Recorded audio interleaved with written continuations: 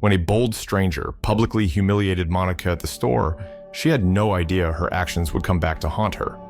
Karen thought she could get away with it, but the cameras didn't lie, and neither did the people. What followed was a public reckoning that no one saw coming. But the story starts long before that. The grocery store on the edge of town was a hive of muted chaos, chattering families, squeaking carts, and the occasional intercom announcement about sales on frozen pizza. Monica, 35 years old, exuded a calm confidence as she stepped inside, ready to grab a few essentials for a family dinner. Behind her, her 14-year-old son James trailed along, his sharp mind already calculating ways to make the trip faster so he could get back to his video games. With one hand clutching his phone and the other stuffed in his hoodie pocket, he walked with the casual swagger of a teen who didn't care about grocery shopping, but always noticed everything. Monica reached for a basket by the entrance, gave James a quick glance, and headed straight for the produce section. As she navigated the aisles, her eyes scanned the prices, while James's eyes scanned TikTok. Then it happened. Monica turned a corner near the lettuce and accidentally brushed past another shopper, a woman in her 50s with a sharp haircut and an even sharper glare. Her neatly pressed beige sweater and pearl earrings screamed entitlement. Her name might as well have been stamped across her forehead. Karen. Karen staggered back slightly, her dramatic reaction making it look like she'd just been hit by a freight train. "Excuse me," Karen snapped, clutching her oversized designer handbag like it was a shield. "Could you maybe watch where you're going?" Monica stopped, looked her in the eye, and calmly replied, "I'm sorry about that. Are you all right?" Her voice was measured, polite, and clearly not here for drama. Karen, however, didn't think the apology was enough. She huffed and adjusted her bag with a flair that suggested she was gearing up for a scene. "Oh, sure, just like that. An apology makes it all better, huh?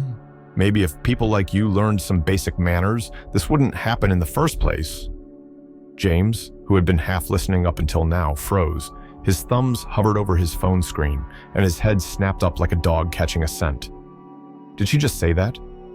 Monica, sensing the tension in her son, gently touched his shoulder. "James," she whispered, "let it go. She's not worth it." But Karen was just getting started. She raised her voice, ensuring that the small crowd of shoppers nearby could hear. "Honestly, it's always the same. You people act like the rules don't apply to you. Why don't you just stick to your own lanes for once?" The words hung in the air, loud and toxic, as a few curious shoppers slowed their carts to watch the unfolding drama. One man discreetly pulled out his phone, the camera lens gleaming as he started recording. Monica took a deep breath, her expression remaining composed, despite the fire brewing behind her eyes. "Ma'am," she said, her voice still steady but with a slight edge, "I suggest you learn some respect. The world doesn't revolve around you." Karen scoffed, crossing her arms. "Respect? That's rich coming from someone like—" "Enough!" Monica cut her off, her tone firm. "I said I was sorry. You can take it or leave it, but we're done here." Karen rolled her eyes, muttered something under her breath, and stalked off toward the bakery section, clearly convinced she'd won. Monica, meanwhile, resumed picking out vegetables, though her hands trembled slightly as she reached for the tomatoes. She hated how these encounters always left a sour taste, no matter how hard she tried to brush them off. James, however, wasn't about to let it slide. His face was set in a tight scowl, his mind racing with indignation. He didn't say anything yet, but Monica knew her son well enough to notice the storm brewing behind his quiet exterior. "James," she said softly, pulling him out of his thoughts, "we're not giving her any more of our energy. Let's just finish shopping." But James wasn't listening. He watched Karen disappear down another aisle, his sharp eyes narrowing as a plan began forming in his head. She thought she could get away with this, not on his watch. James couldn't shake the scene from his mind. His mom, Monica, standing there holding back her frustration while that woman, Karen, spouted off her nonsense like she owned the place. It wasn't just the words. It was the smug look on Karen's face, like she believed she was untouchable. That look burned in James's memory, fueling the fire in his chest. Monica, meanwhile, was trying to focus on her shopping. She picked up a carton of eggs, her hands still trembling slightly. James noticed, but didn't say anything. Instead, he clenched his jaw and looked around, pretending to check out a display of potato chips. In reality, his sharp eyes were following Karen, who was now making her way toward the checkout lanes. "Stay cool, James," he muttered to himself, trying to keep his emotions in check. But then he saw it. Karen at the register, her cart half emptied. She was slipping items into her designer tote bag before they were scanned. The cashier, an older woman with a kind face, was busy with another customer and didn't seem to notice. Karen, of course, acted like she was above suspicion. James's lips curled into a sly smirk. "All right, let's see how those rules for everyone apply to you," he whispered, pulling out his phone. He snapped a quick photo of Karen mid-swipe, the angle perfectly capturing her sneaky move. Satisfied, James tucked his phone back into his pocket and strolled over to his mom like nothing had happened. "Need me to grab anything else, Mom?" he asked, his tone casual. Monica gave him a tired smile and shook her head. But James wasn't done. His plan was just warming up. Karen, meanwhile, had moved on to the next phase of her performance. As the cashier finally turned her attention to Karen's items, she immediately started complaining. "Is this going to take long?" Karen said, her voice loud enough to turn heads. "No wonder the lines here are always so slow. Look at who you've got working in this place." She tilted her head toward a young employee stocking shelves nearby. He couldn't have been older than 20, with a kind but tired expression that suggested he'd been dealing with people like Karen all day. James watched as the young man hesitated for a moment before quickly returning to his work, pretending he hadn't heard her. Karen wasn't finished. "I mean, seriously," she continued, shaking her head. "Standards just aren't what they used to be. No wonder customer service has gone downhill." James felt his stomach twist in anger. He reached for his phone again, this time hitting record. Karen's voice came through loud and clear on the video, every word dripping with entitlement. As the cashier tried to defuse the situation, Karen only got louder. "I'm a paying customer," Karen said, tossing a pack of gum onto the conveyor belt like she was doing the store a favor. "I expect better than this. It's unacceptable." James's fingers tightened around his phone. He knew this wasn't just about his mom anymore. Karen had made it her mission to spread her negativity to everyone around her, and James wasn't about to let her walk away without consequences. After Karen finished her transaction, she strutted out of the store like she'd just won a battle. Her head was held high, and her bag, stuffed with both paid and unpaid items, swung from her shoulder as if nothing had happened. James watched her go, his mind racing. He had everything he needed: photos, videos, and a burning desire to make sure Karen's actions didn't go unnoticed. For now, though, he stayed quiet, letting Karen bask in her false sense of victory. As he and Monica left the store, James looked over at his mom. She still seemed a little shaken, but she was holding it together. James gave her a reassuring smile, knowing she didn't need to worry. He had a plan, and Karen was about to find out what happens when you mess with the wrong family. When James and Monica finally got home, the air was still thick with the tension from the grocery store incident. While Monica busied herself in the kitchen, chopping vegetables with a precision that betrayed her lingering frustration, James sat in the living room, phone in hand, his mind racing.